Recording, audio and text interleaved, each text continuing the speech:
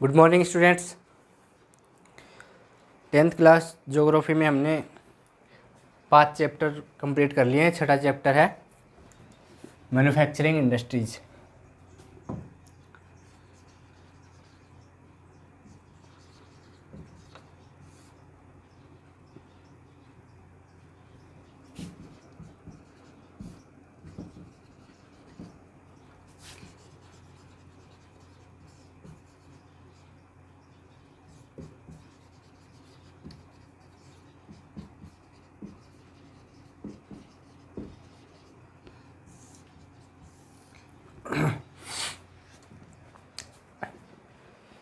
Manufacturing industries.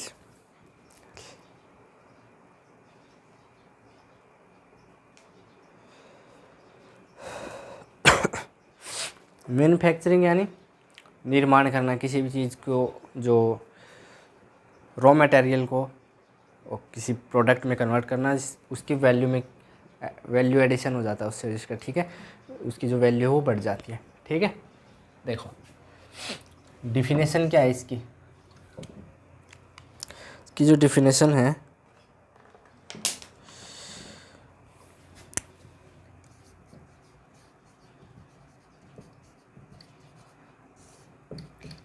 देखो manufacturing is the production of goods in large quantities eight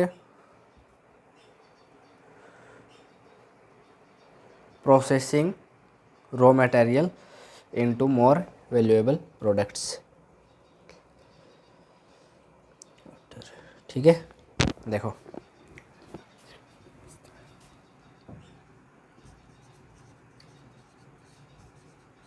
manufacturing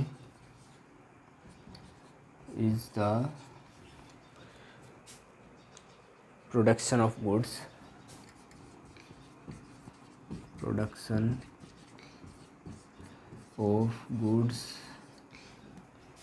in large quantity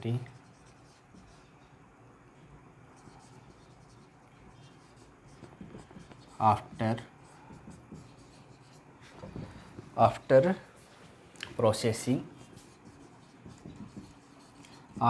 processing raw material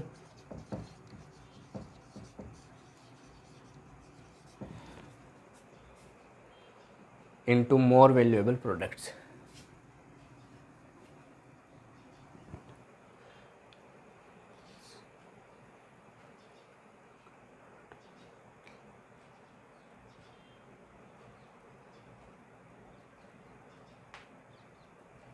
raw material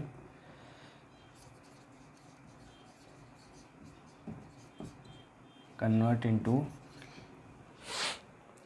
valuable products।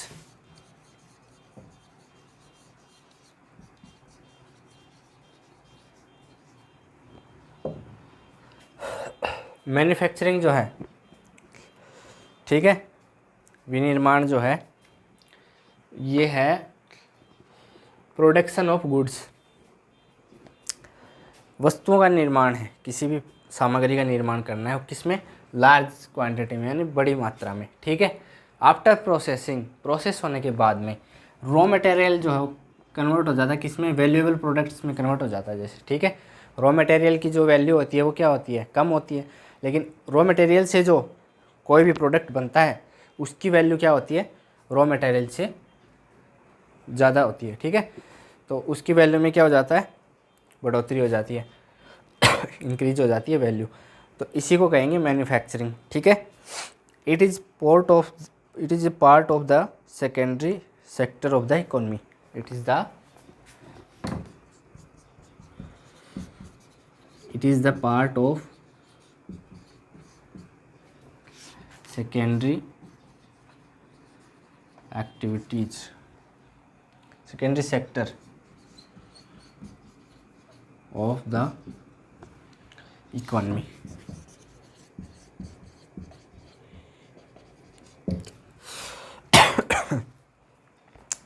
ये जो है द्वितीयक क्षेत्र में आता है, ठीक है। रॉ मटेरियल से और कोई प्रोडक्ट बनता है, रॉ मटेरियल किस में आते हैं, है ना, प्राइमरी सेक्टर में, ठीक है।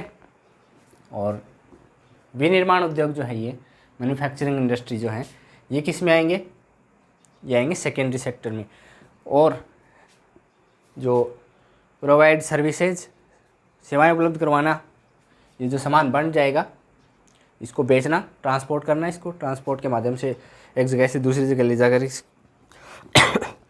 इसका क्या करते हैं, बेचते हैं, इसका निर्यात करते हैं, उसको वो आ जाएगा टर्टियरी सेक्टर में। ठीक है, ये देखो importance of manufacturing. Next point, इतना समझ में आया मैन्युफैक्चरिंग क्या है, किस मतलब वस्तुओं का निर्माण करना बड़ी मात्रा में, बड़ी संख्या में। ठीक है, और रॉ मटेरियल को कोई प्रोडक्ट का आकार दे दिया जाता है जिससे उसकी वैल्यू क्या हो जाती है, बढ़ जाती है। और जो मैन्युफैक्चरिंग है ये सेकेंडरी सेक्टर के अंदर आता है इकोनॉमिक रूप से। ठीक है, इम्पोर्टेंस ऑफ मैन्युफैक्चरिंग, इसका महत्व क्या है। ठीक है, इम्पोर्टेंस क्या है इसकी,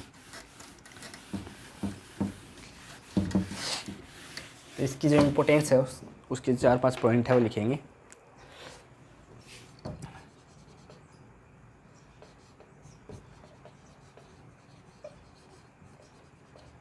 importance of the manufacturing,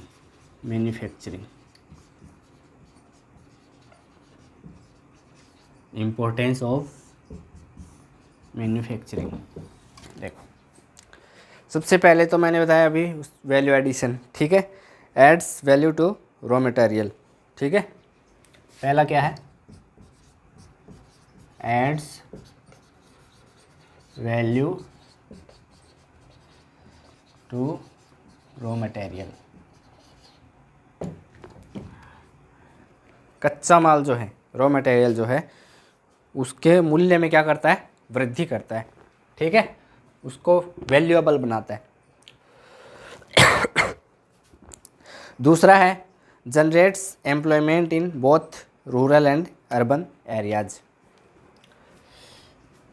generate employment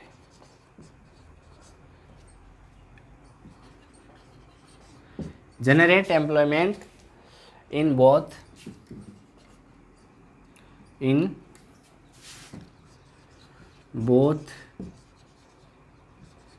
rural and urban areas।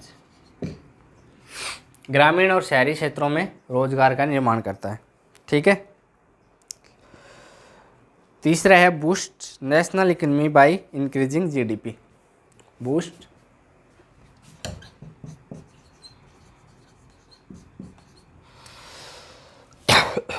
National economy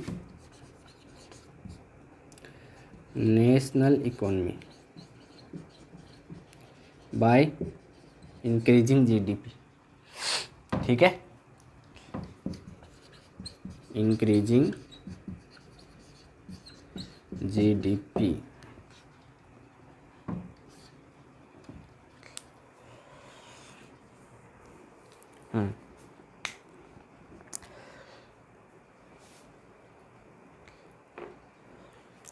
GDP की full form gross domestic products.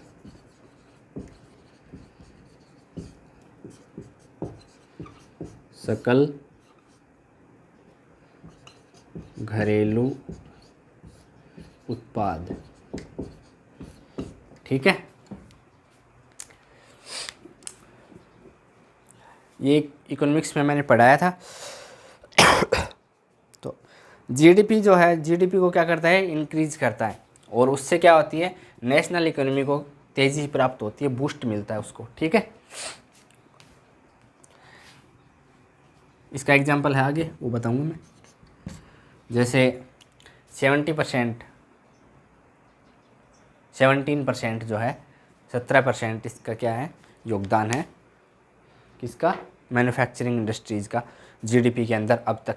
लेकिन 2025 के अंदर इसका जो अनुमान है वो है 25% का। ठीक है, कि मैन्युफैक्चरिंग इंडस्ट्रीज़ के द्वारा जीडीपी के अंदर कितना कंट्रीब्यूट किया जाएगा, 25% टोटल जीडीपी का, ठीक है। Promotes trade,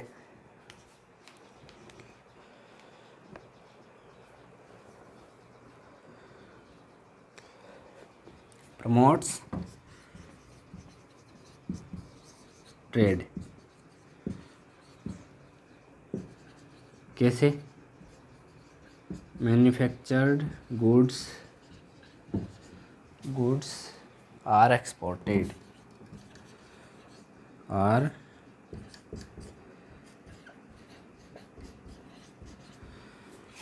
exported. क्या करता है, ट्रेड, ये व्यापार को क्या करता है, प्रमोट करता है, ठीक है, बढ़ावा देता है उसको। कैसे, तो जो मैन्युफैक्चर्ड यानी जो तैयार हो चुका माल जो है, गुड्स जो वस्तुएं हैं, उसको क्या करता है, एक्सपोर्टेड यानी निर्यात करते हैं। पांचवा क्या है,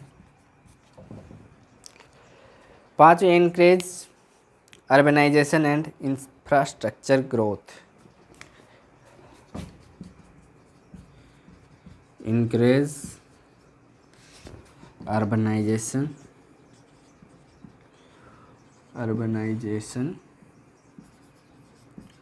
एंड इंफ्रास्ट्रक्चर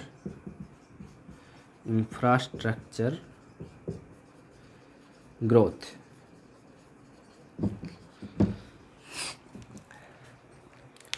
शहरीकरण जो है और बुनियादी ढांचा जो है, इंफ्रास्ट्रक्चर, ठीक है, ज़रूरत का जो भी सामान है उसके अंदर क्या करता है, उसका जो विकास है, डेवलपमेंट है उसको क्या करता है, प्रोत्साहित करता है, एनकरेज करता है, ठीक है। ये 5 पॉइंट है इम्पोर्टेंस ऑफ मैन्युफैक्चरिंग के, ठीक है। आगे है कंट्रीब्यूशन टू द इकोनॉमी। अभी इसका जो एग्जांपल बताया मैंने, ठीक है, वो लिखेंगे इसके आगे, नया पॉइंट लगा करके लिखेंगे।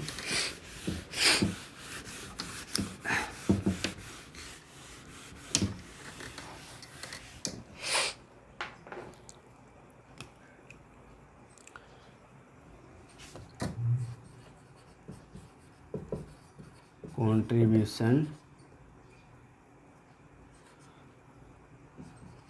To the economy.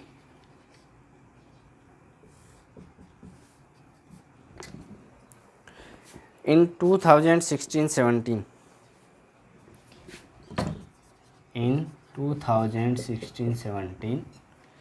manufacturing accounted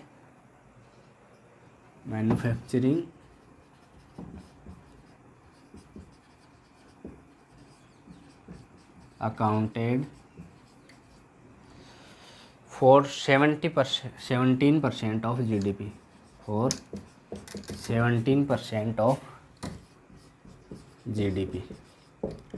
पूरी जो अर्थव्यवस्था है उसका क्या है, 17% मैन्युफैक्चरिंग इंडस्ट्रीज़ के द्वारा contribution. The goal is to increase it, the goal is to increase it 25% by 2025 from under the national manufacturing policy, under the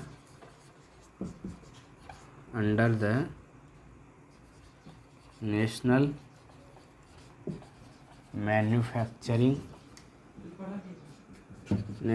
manufacturing policy।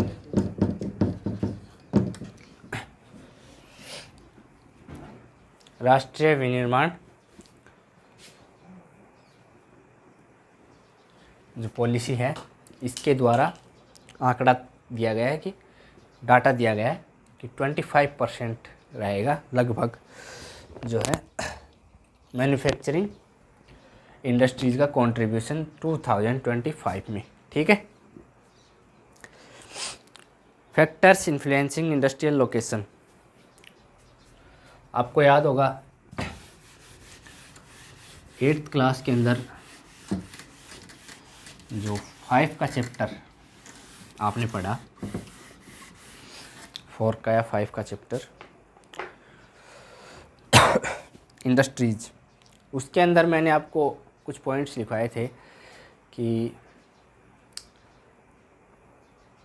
जो इंडस्ट्रीज जो हैं उनकी जो लोकेशन को प्रभावित करने वाले जो कारक हैं वो कौन कौन से, फैक्टर्स कौन कौन से। ठीक है, लिखो इसको, दोबारा से देख लो एक बार। फैक्टर्स 8 पॉइंट लिखवाए थे मैंने उसमें आपको, इसमें एक एक्स्ट्रा लिखेंगे हम, factors influencing, factors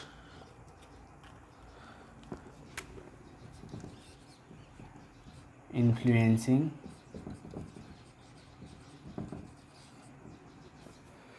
industrial location.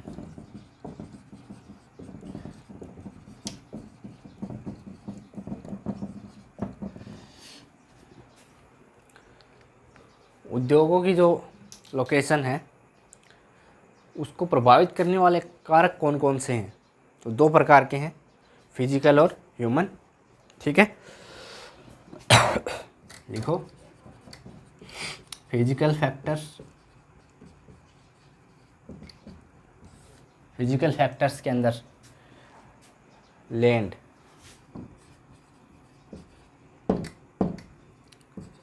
Water availability,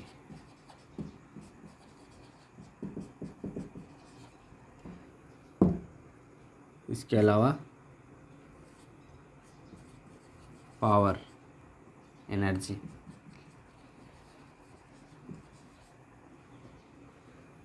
इसके अलावा रॉ मटेरियल, रॉ मटेरियल, ये 4 पॉइंट हैं इसके अंदर। और ह्यूमन या इकोनॉमिक फैक्टर,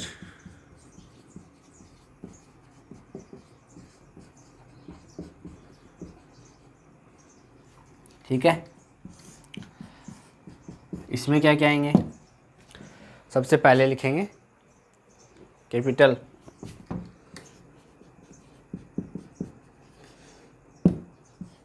लेबर,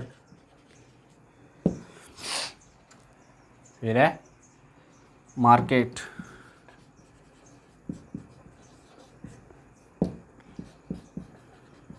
ट्रांसपोर्टेशन या कम्युनिकेशन,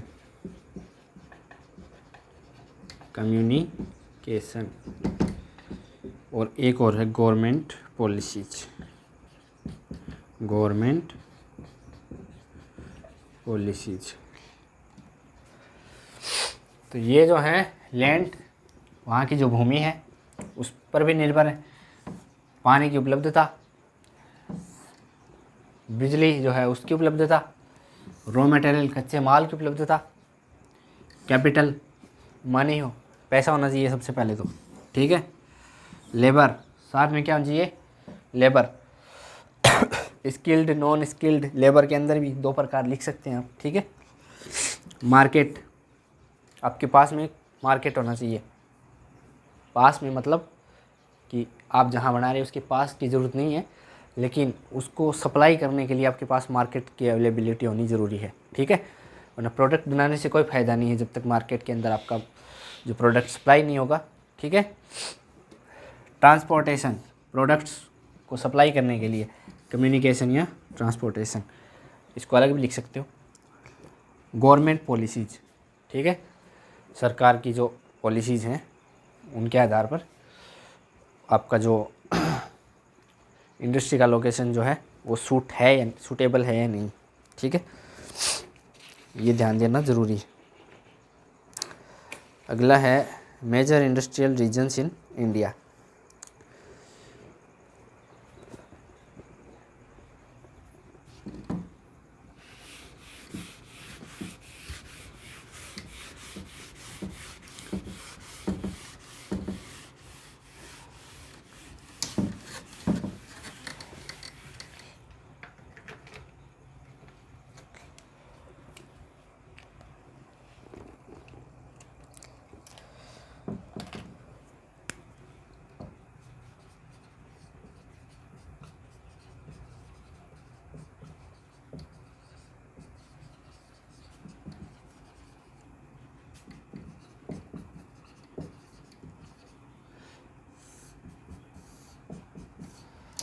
भारत के बड़े औद्योगिक क्षेत्र, ठीक है, लिखो।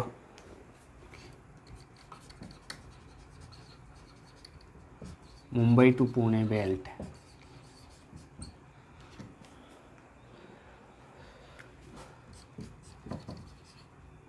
हुगली, कोलकाता,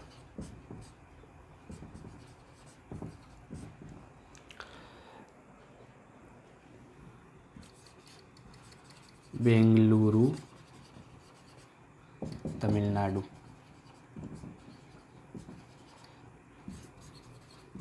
छोटा नागपुर, इसमें झारखंड,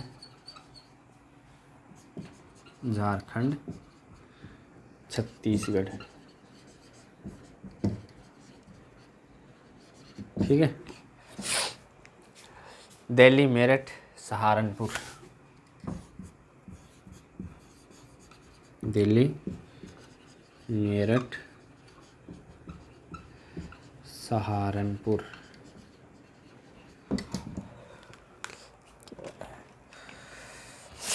इसके अलावा Ahmedabad, Vadodara,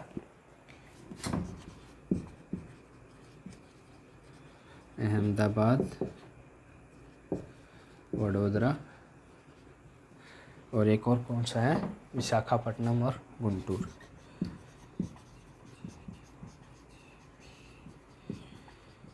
Visakhapatnam, Guntur belt.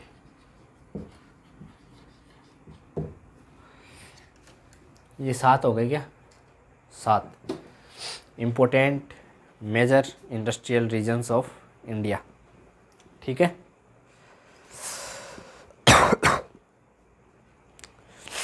Types of manufacturing industries, types of manufacturing industries.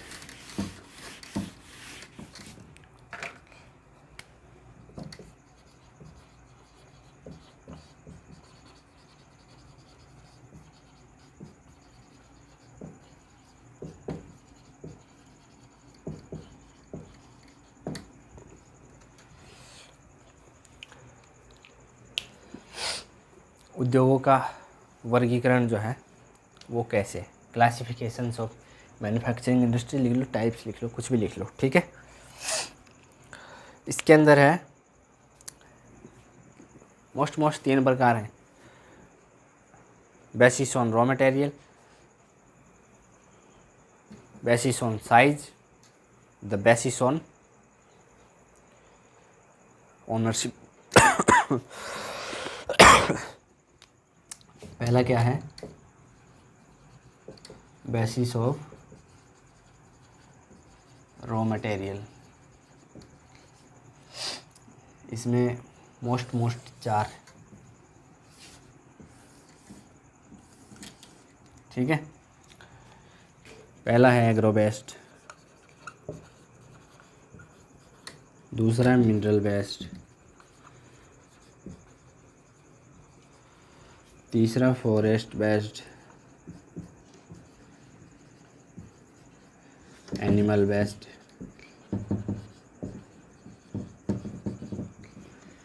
Agro based. इसके अंदर जो खेती से जो भी होती है, एग्रीकल्चर के द्वारा जो प्रोडक्शन होता है, ठीक है।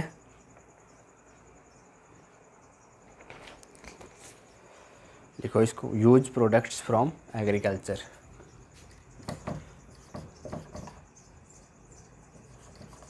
Use products from agriculture.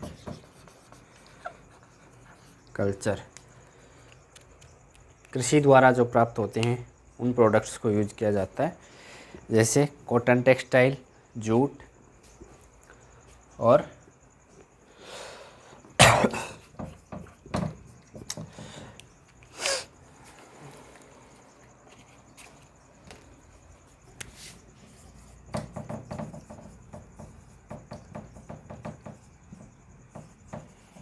Jute, sugar. ये क्या है, मिनरल बेस्ड, खनिजों पर, ठीक है। Use minerals and ores as raw material, use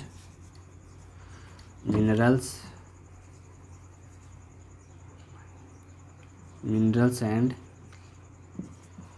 ओआरईज as raw material. जैसे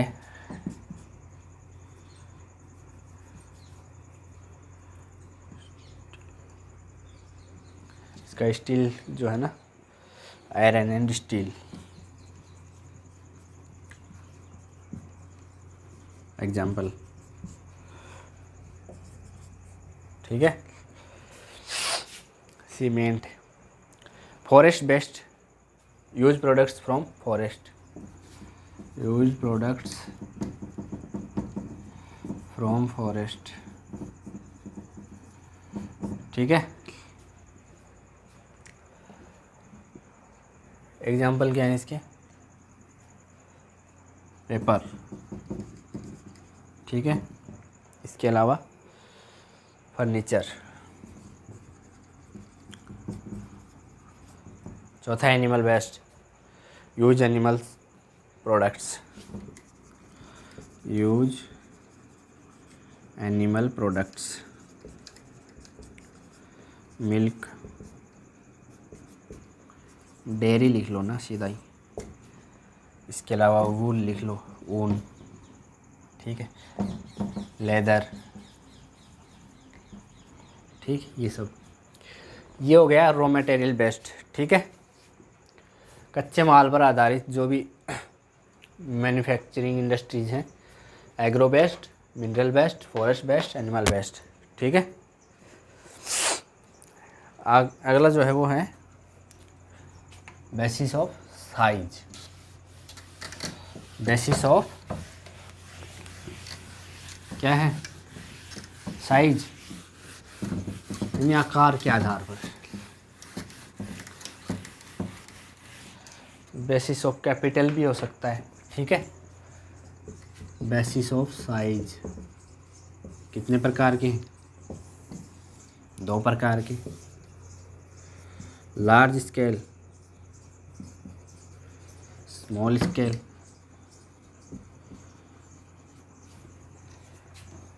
हैवी इन्वेस्टमेंट,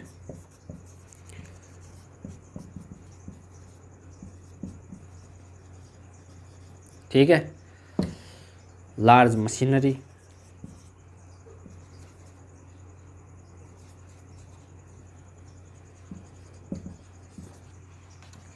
स्पेलिंग गलत हो सकती है, ठीक है, इसमें कोई बड़ी बात नहीं है।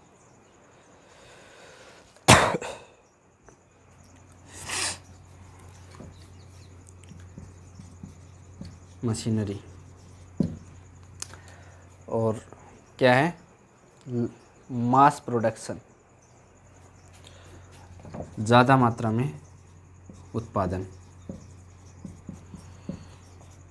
स्किल्ड लेबर, और लिख लो स्किल्ड लेबर। स्मॉल स्केल, लो इन्वेस्टमेंट, ठीक है, लिमिटेड मशीनरी, लो इन्वेस्टमेंट,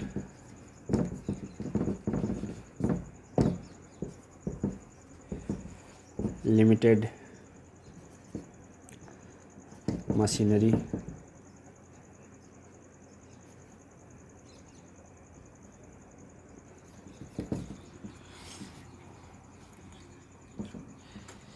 क्या है यार,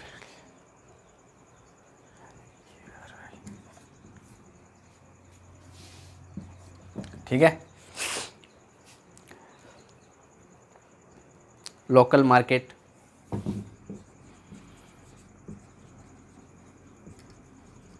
नॉन स्किल्ड लेबर,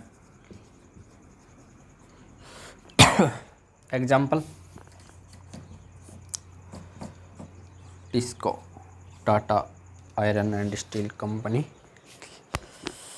ठीक है। आयरन एंड स्टील लिख लो सीधा ही, आयरन एंड स्टील, ऑटोमोबाइल्स, इसमें handlooms, handicraft, bakery, handlooms, handicrafts,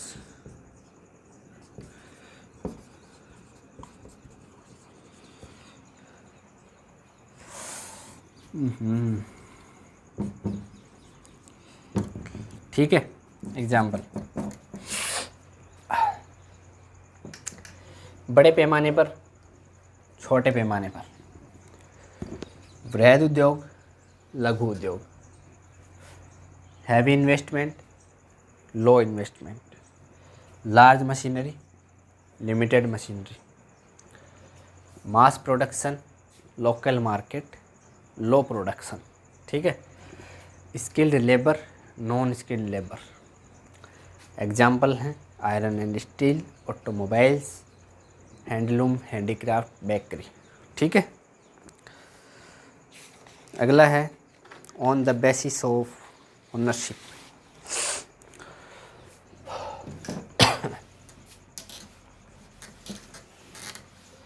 क्या है? Basis of ownership.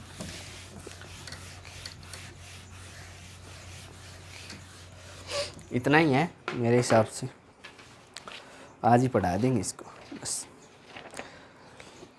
3 पॉइंट और है बस। बेसिस ऑफ ओनरशिप, स्वामित्व के आधार पर।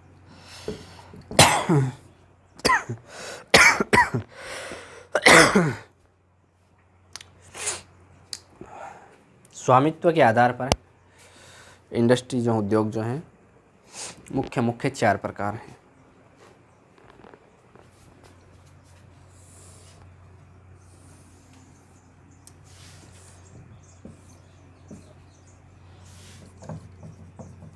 Public, private, joint, cooperative,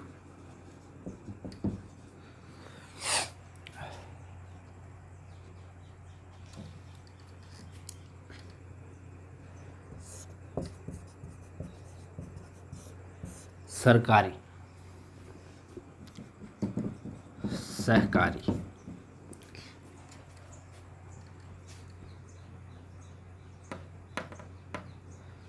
private यानी स्वयं का, जैसे देखो operated and on and operated by the government, ठीक है। एग्जाम्पल, गवर्नमेंट के जो भी योजनाएं हैं वो सब गवर्नमेंट के द्वारा लागू होती हैं, जैसे गवर्नमेंट हॉस्पिटल, गवर्नमेंट स्कूल्स वगैरह जो भी हैं। वैसे एक कंपनीज में नहीं आती हैं, कंपनीज के अंदर आती हैं सेल,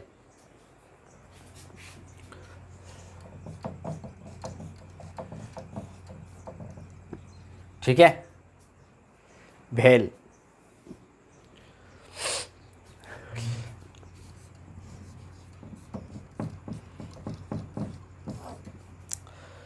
प्राइवेट के अंदर क्या है? ओन बाय इंडिविजुअल्स और कंपनीज, ओन बाय इंडिविजुअल्स और कंपनीज। टिस्को लिखो, TISCO, Tata iron and steel company. Example, TISCO, Reliance और इन्फोसिस, है ना। लिखो, जॉइंट सेक्टर में owned jointly by government and private both, ठीक है। Own both private and government.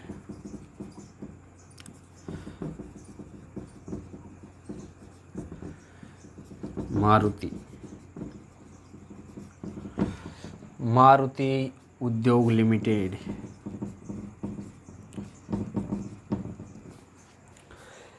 Cooperative जो है, कोऑपरेटिव के अंदर क्या है, own and operated by A group of producers या लेबर्स या वर्कर्स, ठीक है। Own and operated by A group of producers या वर्कर्स। इसका एग्जांपल बताओ भाई। इसका एग्जांपल है अमूल। क्या है एग्जांपल, क्या है इसका? अमूल। इतना बड़ा प्रोडक्ट है अमूल, है ना, ठीक है। तो ये पढ़ लिया हमने टाइप्स ऑफ मैन्युफैक्चरिंग इंडस्ट्रीज। 4 प्रकार पढ़े। कितने पढ़े? 4 पढ़े, 3 पढ़े, ठीक है। कौन कौन से पढ़ लिए? टाइप्स ऑफ मैन्युफैक्चरिंग इंडस्ट्रीज में पहला था बेसिस ऑन रॉ मटेरियल। दूसरा था बेसिस ऑन साइज। तीसरा बेसिस ऑन ओनरशिप। अब देखो चौथा भी है शायद, जहाँ तक है मेरा ख्याल है। चौथा जो है बेसिस ऑन कैपिटल है।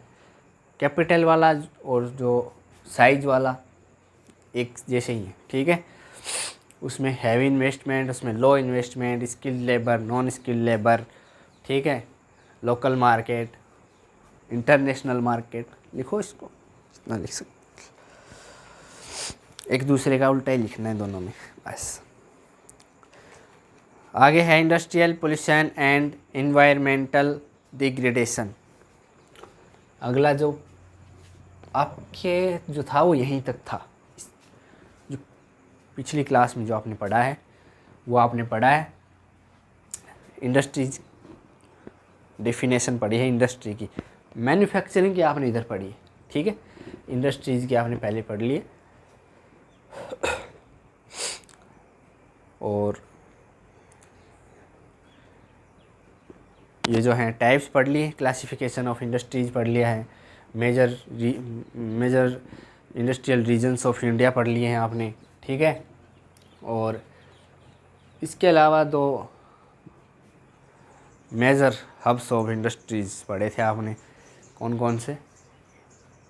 बेंगलुरु पढ़ा आपने, ठीक है। सिलिकॉन वैली, इसके साथ साथ में उसमें जिक्र था सिलिकॉन वैली का, ठीक है।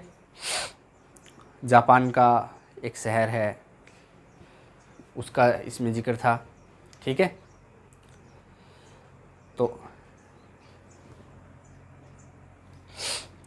ये जो हैं इतना ही था। इसके आगे के जो हैं 2 पॉइंट और हैं, industrial pollution and environmental degradation. ये आपको पढ़ना पड़ेगा, ठीक है। ये जो है ये पॉइंट है नया। और नया पॉइंट देखो, कोई भी चीज़ होती है उसके 2 पहलू होते हैं, ठीक है, अच्छा बुरा। ये सिक्का नहीं होता कि सिक्का कॉइन, उसकी कितने साइड होती? 2 साइड, है ना। देखो हेड और टेल तो एक जैसी नहीं होती, ठीक है। तो इंडस्ट्रीज जो हैं उनके के इम्पोर्टेंस भी है, फ़ायदा भी है उसका, लेकिन उसके साथ साथ में उसका नुकसान भी है। तो अभी नुकसान पढ़ेंगे, ठीक है। पर्यावरण को जो नुकसान हो रहा है उनकी वजह से, industrial pollution, industrial pollution and environmental degradation,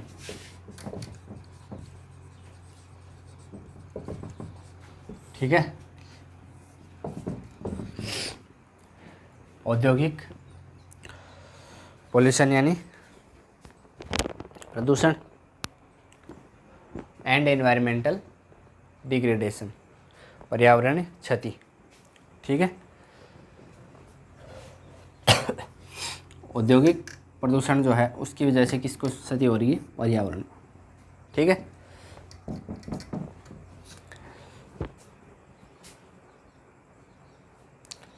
industries contribute to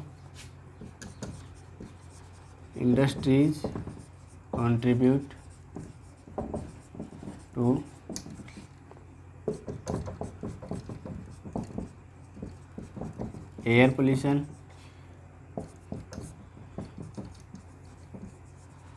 water pollution,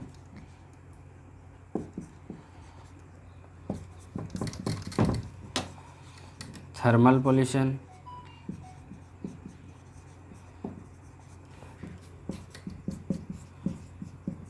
noise pollution. ठीक है, देखो emission of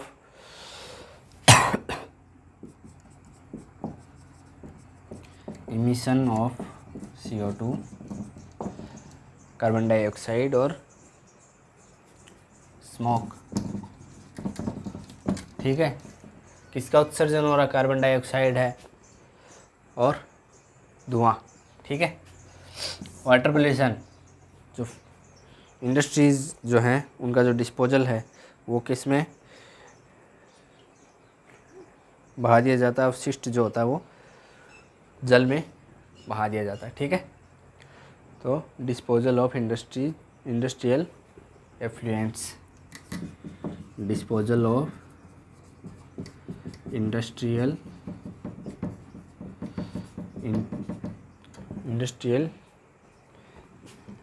effluents.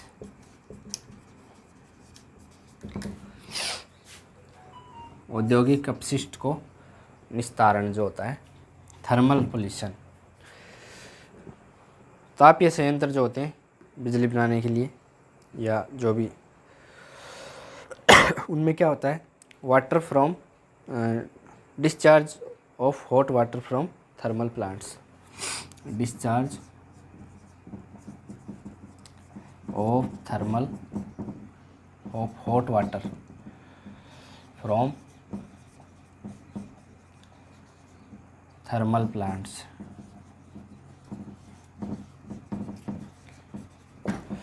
Noise pollution, loud machinery,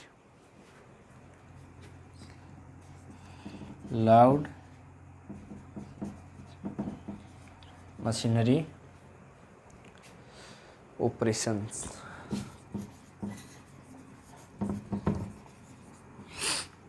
ठीक है, भारी मशीनों का शोर।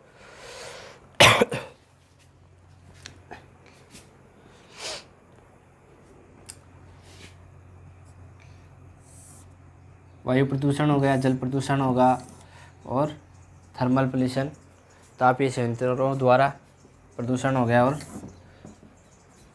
ध्वनि प्रदूषण। ठीक है। Measures of control environmental damage, last point है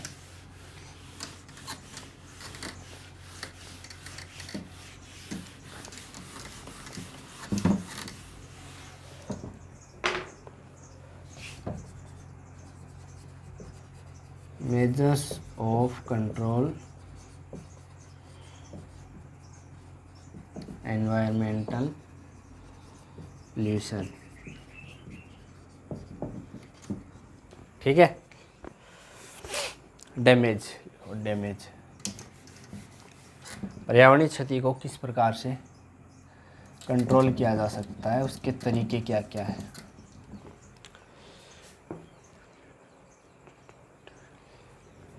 इंडस्ट्रियल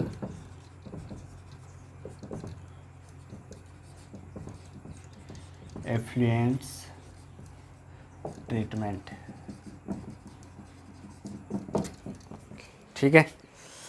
औद्योगिक अपशिष्ट जो है उसका क्या करना? शोधन करना, उसको शुद्ध करें। ठीक है, ऐसे कैसे उसको पानी में ना बहाएं। Use of electrostatic precipitation silencer, use of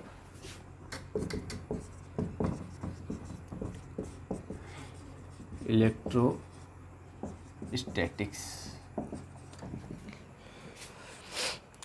प्रिसिपिटेटर्स,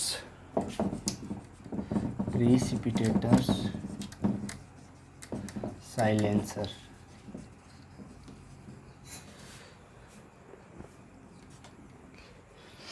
तीसरा है रिसाइकलिंग एंड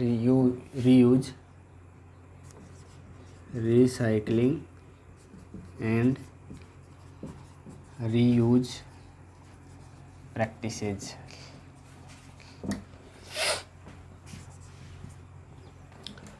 और चौथा है development of green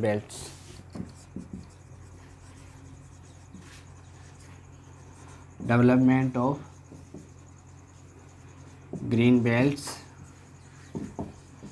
ecological monitoring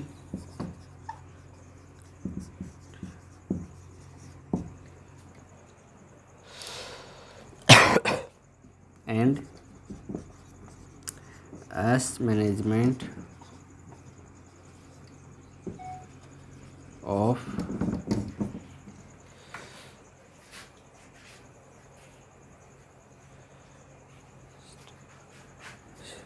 system for heavy industries and power plants.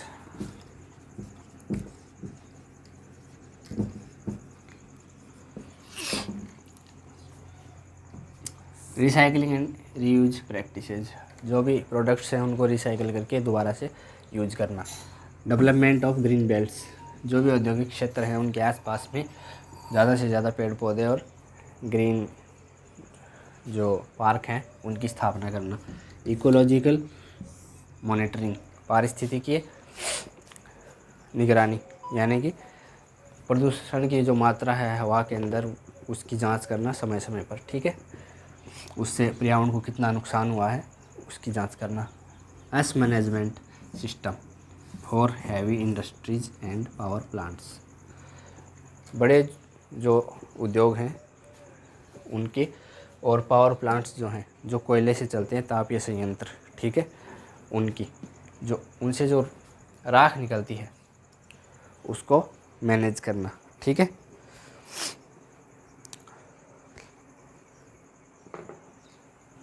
Chapter 6 complete. Thank you.